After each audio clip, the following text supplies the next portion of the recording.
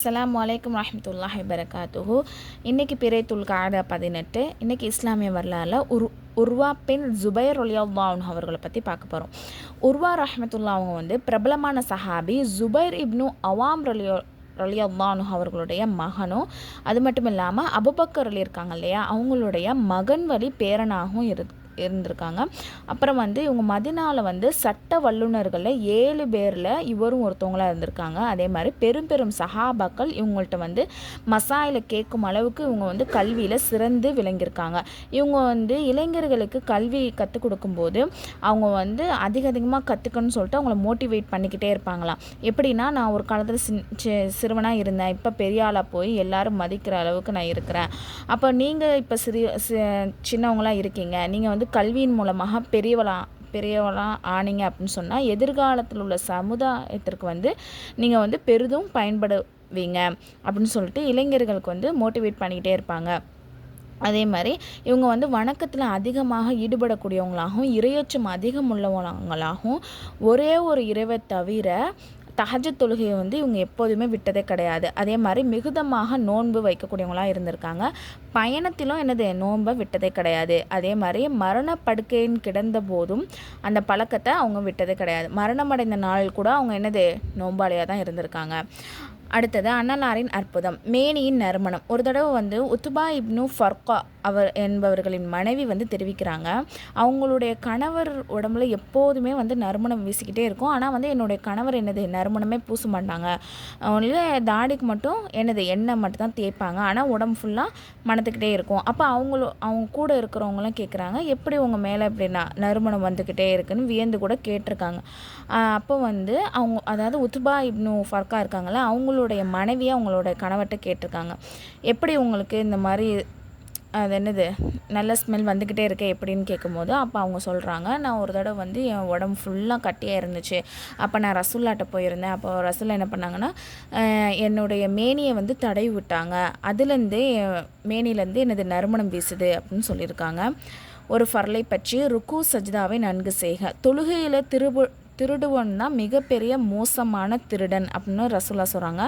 அதை கேட்ட சஹாபாக்கள்லாம், ரசூல்லா தொழுகையில் எவ்வாறு திருட முடியும் அப்படின்னு கேட்கும்போது, ருக்கூலையும் சுஜூதுலையும் நல்ல முறையில் செய்யாமல் இருக்கிறவங்க தான் அப்படி செய்யாமல் இருக்கிறது தான் எனது திருட்டுத்தனம் அப்படின்னு சொல்லிட்டு நபி ஸல்லல்லாஹு அலைஹி வஸல்லம் சொல்லியிருக்காங்க. ஒரு சுன்னத்தை பற்றி, பிறரை வழி அனுப்பும் போது ஓதும் துவா.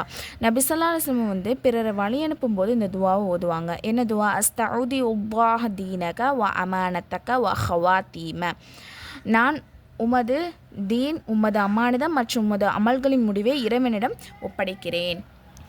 அடுத்தது ஒரு முக்கியமான அமலுடைய சிறப்பு, சூரத்துல் முல்க் ஓதுவது. நபிஸாசம் சொல்கிறாங்க, 30 ஆயத்துக்களை கொண்ட ஒரு சூரா குரானில் உள்ளது. அது தம்மை ஓதுபவருக்கு மன்னிப்பு அளிக்கும் வரை மன்றாடி கொண்டே இருக்கும். அதுதான் எனது தபாரக்கல்லதி பேதிகள் முல்க் அப்படின்னு சொல்கிறாங்க.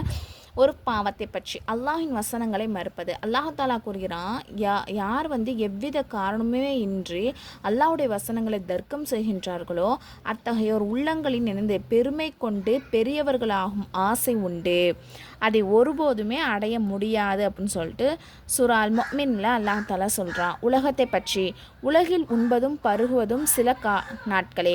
குரானில் அல்லாஹ் தாலா சொல்கிறான், உலகில் இன்னும் கொஞ்ச காலம் நீங்கள் புசித்து கொண்டும் சுகித்து கொண்டும் இருங்கள், நிச்சயமாக நீங்கள் குற்றவாளிகளே. அதாவது உலக வாழ்க்கை சில கொஞ்ச நாள் தான், அதனால் அதிலேயே மூழ்கி மறுமை நாள்லேயே மறந்துட்டு நம்ம வாழ்ந்துடக்கூடாது. அப்படி வாழ்ந்தோம் அப்படின்னு சொன்னால் நம்ம தான் மிகப்பெரிய குற்றவாளியாகவும் நஷ்டவாளியாகவும் இருப்போம் சொல்லிட்டு சூரா முர்சலாத்தில் அல்லாஹ் தாலா சொல்கிறான். மறுமையை பற்றி, நரக நெருப்பின் கடுமை. நரக நெருப்பு 1000 ஆண்டு எரிக்கப்பட்டது, அது சிவப்பானதும் மீண்டும் 1000 ஆண்டு எரிக்கப்பட்டது, அது வெண்மையானதும் திரும்பவும் 1000 ஆண்டு எரிக்கப்பட்டதும், அதுக்கப்புறம் தான் அது கருமையானது அப்படின்னு சொல்லிட்டு நபிஸாசம் சொல்லியிருக்காங்க.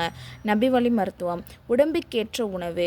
நோயாளி சாப்பிட விரும்புகிறாங்க அப்படின்னு சொன்னால் அவங்களுக்கு உணவு கொடுங்க அப்படின்னு சொல்லியிருக்காங்க. இதோடைய விளக்கம் என்னென்னா, உடம்புக்கு ஏத்தாப்பில், அதாவது சீக்கிரமாக செரிமானமாகிற மாதிரி உணவுகளை நோயாளிக்கு கொடுக்கலாம். அன்னலாரின் அறிவுரை நம்சாசம் சொல்லியிருக்காங்க, அல்லாஹ் தாலா தும்மலை விரும்புகிறான், கொட்டாயை வெறுக்கிறான்.